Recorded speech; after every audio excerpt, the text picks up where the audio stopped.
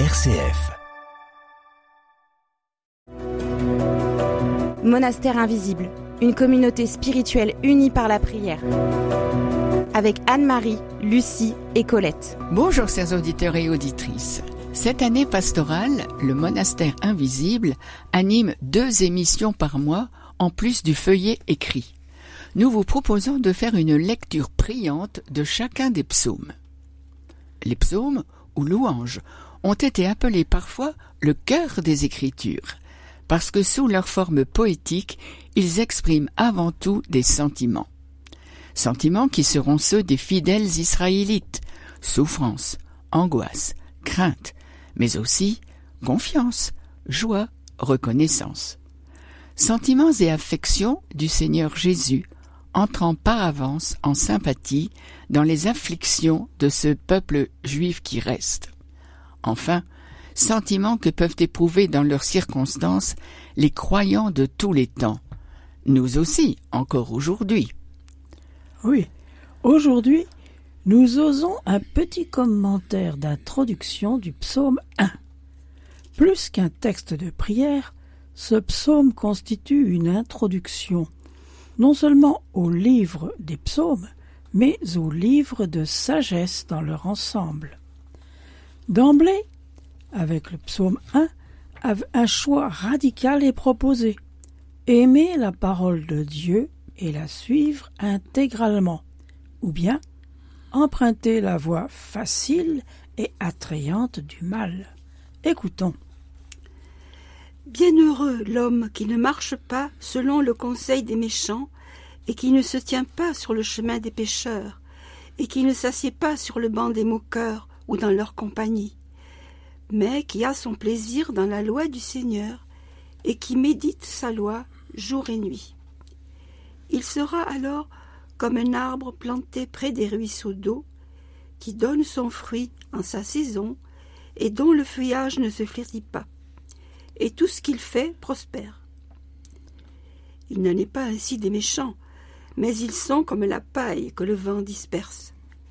C'est pourquoi les méchants ne subsisteront pas dans le jugement, ni les pécheurs dans la communauté des justes. Car le Seigneur connaît la voie des justes, mais la voie des méchants périra. Le Monastère invisible, une prière sans frontières, sur RCF Cœur de Champagne.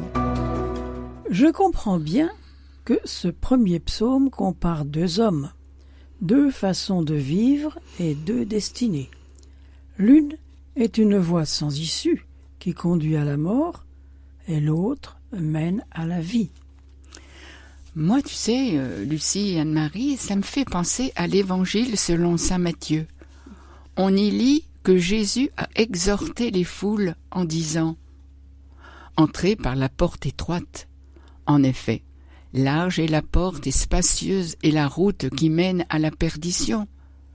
Nombreux sont ceux qui s'y engagent, mais étroite est la porte et resserré est le sentier qui mène à la vie.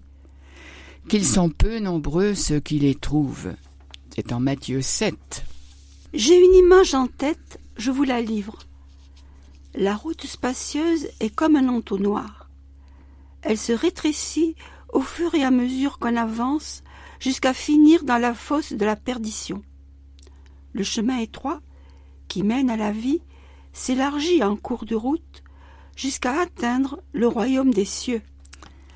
Oui, au verset 3, l'arbre planté près des ruisseaux d'eau représente pour moi le croyant enraciné en Christ, recevant de lui sa vigueur. Dans le Nouveau Testament, Jésus a dit « Je suis venu pour que vous ayez la vie en abondance. » Oui, au verset 4, les méchants sont comme la paille que le vent disperse. Et ça me rappelle Matthieu 3, verset 12. La vie du méchant n'est qu'enveloppe vide que le vent chasse, comme la balle du froment que l'on vane sur l'air. Les derniers versets font état d'un jugement, du jugement du Seigneur qui évoque la séparation. Mais la voix des méchants périra. Solennel avertissement pour qui méprise la patiente grâce de Dieu. Ainsi, ce psaume commence-t-il par la note élevée d'un bonheur assuré à l'homme intègre et pieux. C'est encourageant pour la foi de savoir que Dieu connaît, même s'il garde pour un temps le silence. Le monastère invisible, l'Église dans nos cœurs, sur RCF Cœur de Champagne. Nous vous proposons, chers auditeurs et auditrices, un temps de prière avec ce psaume 1. Moi, je repère dans ce psaume 1 le mot « ruisseau ». Et moi, je suis toute heureuse d'entendre « bienheureux ». Ce qui soutient mon attention, c'est la porte. La porte est étroite. Moi, je retiens comme phrase « Bienheureux l'homme qui ne marche pas selon le conseil des méchants ». Et moi, je serais d'accord aussi pour retenir cette même phrase, tellement elle me touche.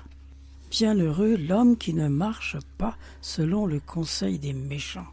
J'en déduis en fait que la porte vers le mal est grande ouverte et celle pour le bien est étroite.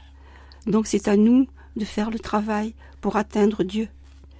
Demandons à notre Père de nous garder fidèles à la loi du Seigneur, d'ouvrir nos cœurs pour que nous puissions marcher sur le sentier qui conduit au Seigneur Jésus.